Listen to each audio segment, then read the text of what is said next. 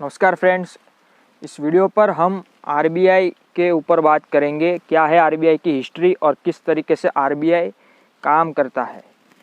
RBI की history की मैं बात करूं तो बात शुरू होती है 1926 से 1926।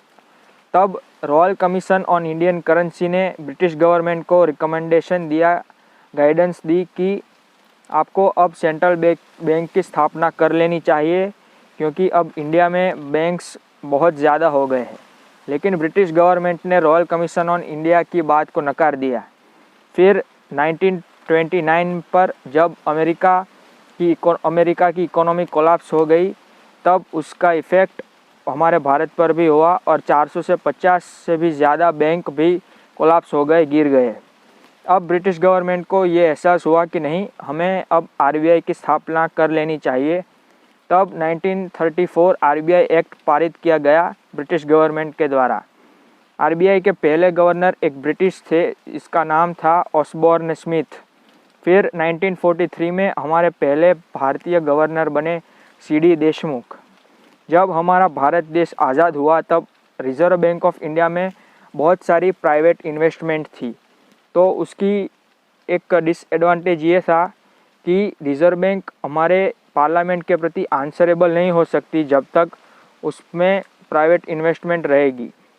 तो सबसे पहले हमारी इंडियन गवर्नमेंट ने, जो अब आज़ाद हो चुकी थी, उन्होंने ये किया कि RBI transfer of ownership act लागू किया और आरबीआई में से जितना भी प्राइवेट इन्वेस्टमेंट था सब बाहर निकाल दिया। अब आरबीआई जो भी प्रॉफिट कमाएगी उस पर से डिविडेंड शेयर करना होगा इंडियन गवर्नमेंट को। अब फिर 1949 में बैंकिंग रेगुलेशन एक्ट पारित किया गया। उस एक्ट के तहत सभी कंपनीज़ को वो अगर चाहे तो बैंक ओपन कर सकता है और न्यू ब्रांचेस के लिए लाइसेंस भी अब वो आरबीआई से ले सकता है। और भी बहुत सारी बात है बैंकिंग रेगुलेशन एक्ट में, जैसे सीआरआर, एसएलआर और रेपो रेट। इन 3 चीज़ों को मैं डिस्कस करने वाला हूँ इस वीडियो में। सबसे पहले हम बात करेंगे आरबीआई के फंक्शन क्या है। दोस्तों, जब मार्केट में मनी सप्लाई ज़्यादा हो जाता है या कम हो जाता है, तब उस मनी सप्लाई को कंट्रोल करने का काम है आरबीआई। मनी सप्लाई यानी पैसों का जो बहाव होता है, पैसों का जो प्रवाह होता है, वो जब ज़्यादा हो जाता है और जब कम हो जाता है तब आरबीआई उस चीज़ को मैनेज करती है। Also RBI manage foreign exchange through foreign exchange management act 1999। और फॉरेन एक्सचेंज यानी डॉलर से जब इंडियन रुपीस में कन्वर्ट होता है पैसा, तब वो बीच में जो रेट रहता है उस रेट को आपको पे करना पड़ेगा। और जितनी भी फॉरेन करेंसी है उस सबको मैनेज करने के लिए ये एक्ट बनाया गया हुआ है। Also RBI act as public डेब्ट मैनेजर, गवर्नमेंट डेब्ट को कम करता है और फंड को इंक्रीज़ करने के लिए कोशिश करता है। Also RBI act as bankers of bank, यानी SBI, ICICI, Axis bank, all type of NBFC bank, सभी बैंकों का भी एक बैंक है जिसका नाम है RBI. Also RBI bankers of the government की बहुत सारी हेल्प करता है, पैसे दे के लाता है जो भी वेलफेयर स्कीम चलानी होती है उसके लिए। Also RBI provides customer protection through ombudsman. Ombudsman एक अधिकारी है जिसको आप शिकायत कर सकते हैं, कंप्लेंट दर्ज करा सकते हैं अगर आपके साथ कोई फ्रॉड हुआ है तो। उस शिकायत अधिकारी को ओम्बड्समैन कहते हैं। ये इंग्लिश वर्ड नहीं है, ये यूरोप की कोई लैंग्वेज है, उस पर से एक पद है, उसकी एक पोस्ट है, उसे ओम्बड्समैन कहा जाता है। Also RBI spread awareness between people and government and act as data publication. जो भी डेटा रहता है जो गवर्नमेंट को चाहिए और लोगों को चाहिए उसे प्रोवाइड करता है। राइट टू इन्फॉर्मेशन एक्ट जो हम लोगों को दिया गया है, उसके तहत आप बैंकों से डेटा मांग सकते हैं, उसे राइट टू इन्फॉर्मेशन एक्ट कहा जाता है। आरबीआई का एक और काम है कि वो मार्केट को एकदम स्टेबलाइज करके रखे, ज़्यादा महंगा नहीं और ज़्यादा सस्ता नहीं। फ़िलहाल 2 to 6% के बीच में महंगाई दर होनी चाहिए एक अच्छी इकोनॉमिक ग्रोथ के लिए। अब हम एक एग्जांपल से समझेंगे सीआरआर, एसएलआर और रेपो रेट के बीच क्या कनेक्शन होते हैं और इसकी क्या इम्पोर्टेंट है। दोस्तों, जब मान लीजिए एसबीआई आरबीआई को 100 करोड़ की गवर्नमेंट सिक्योरिटी देता है और बदले में आरबीआई एसबीआई को 100 करोड़ कैश देगा। मतलब एसबीआई 100 करोड़ की गवर्नमेंट सिक्योरिटी गिरवी रखेगा आरबीआई के पास और आरबीआई बदले में एसबीआई को कैश देगा। अब सीआरआर कैश रिजर्व रेशियो और एसएलआर स्टैट्यूटरी लिक्विडिटी रेशियो, उसमें क्या होता है कि सीआरआर होता है वो 3% रखना पड़ता है। मिनिमम 3% ही आज तक रखा गया है और मैक्सिमम 100 भी किया गया था जब नोटबंदी हुई थी। CRR is a pure cash form. सभी बैंकों को सीआरआर कैश फॉर्म में रखना पड़ता है और सीआरआर में जो कोटा होगा उस पर कोई बैंक पैसा कमा नहीं सकता और वो पैसा बैंक कहीं पर भी इन्वेस्ट नहीं कर सकता, उसे सीआरआर कहते हैं। एसएलआर यानी स्टैट्यूटरी लिक्विडिटी रेशियो, उसमें बैंक चाहे तो government security, gold, cash, treasury bills ये सब भी रख सकता है। यानी एसएलआर के मदद से बैंक कमा भी सकता है, कहीं पर भी इन्वेस्ट भी कर सकता है, क्योंकि गोल्ड के प्राइस अगर इंक्रीज़ हो गए तो बैंक को प्रॉफिट होगा। इसलिए एसएलआर से बैंक प्रॉफिट अर्न कर सकता है, लेकिन सीआरआर से कोई प्रॉफिट अर्न नहीं कर सकता है, क्योंकि सीआरआर को कहीं पर भी बैंक को इन्वेस्ट नहीं करना होगा आरबीआई के इस बैंकिंग रेगुलेशन एक्ट के तहत। अब क्या होता है कि ये सीआरआर और एसएलआर वो इसलिए लागू किए गए हैं ताकि जब मार्केट में कोई फेक न्यूज़ फैलती है तब लोग पैसा विथड्रॉ करने के लिए, निकालने के लिए एक साइड लाइन लगा देते हैं। तो ऐसी परिस्थितियों में बचने के लिए बैंक के पास कुछ पैसा होना ज़रूरी है।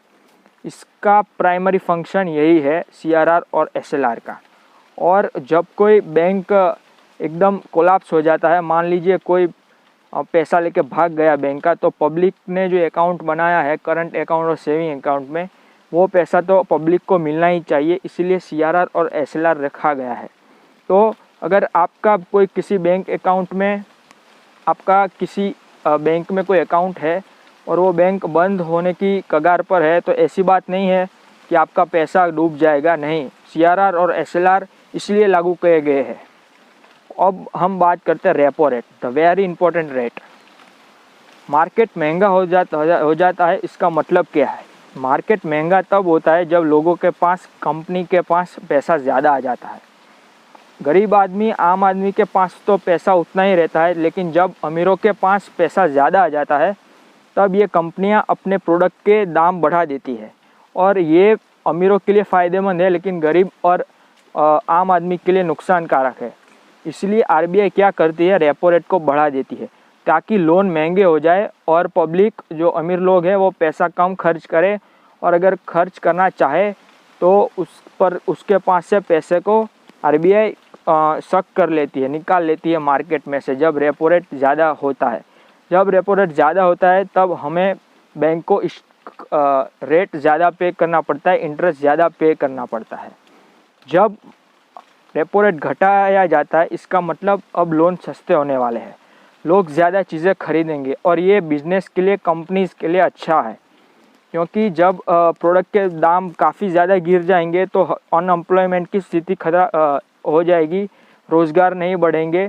तो इसको कम करने के लिए आरबीआई रेपो रेट को भी कम करता है ताकि लोन सस्ते हो, लोग चीज़ें खरीदे और बैंक भी तरक्की करे और कंपनीज भी तरक्की करे। तो ये है main function of repo rate.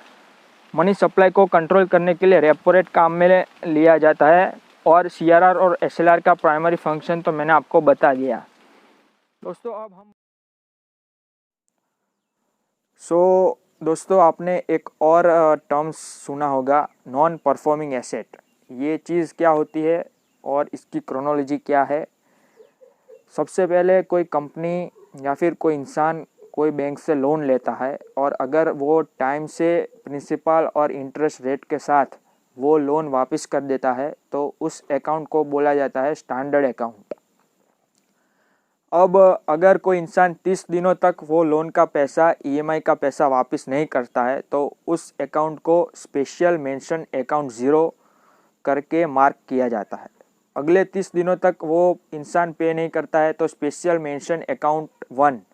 अगले 30 दिनों तक अगर वो इंसान ईएमआई पे नहीं करता है तो स्पेशल मेंशन अकाउंट 2।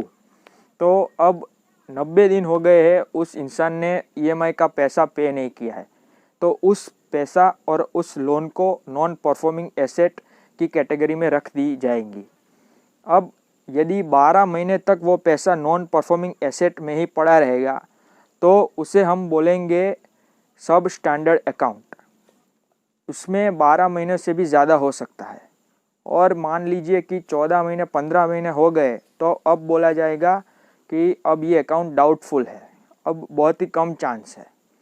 इससे आगे भी हो जाए 16 महीने 17 महीने तो अब बैंक बोल देगा कि अब हमारा पैसा लॉस हो गया है।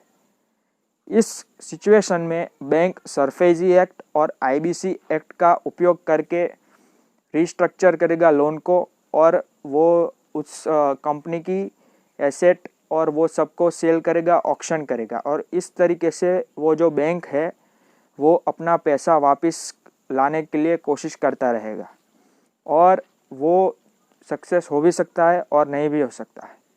तो ये है नॉन परफॉर्मिंग एसेट, यानी कि वो एसेट यानी कि संपत्ति वो परफॉर्म नहीं कर रही है।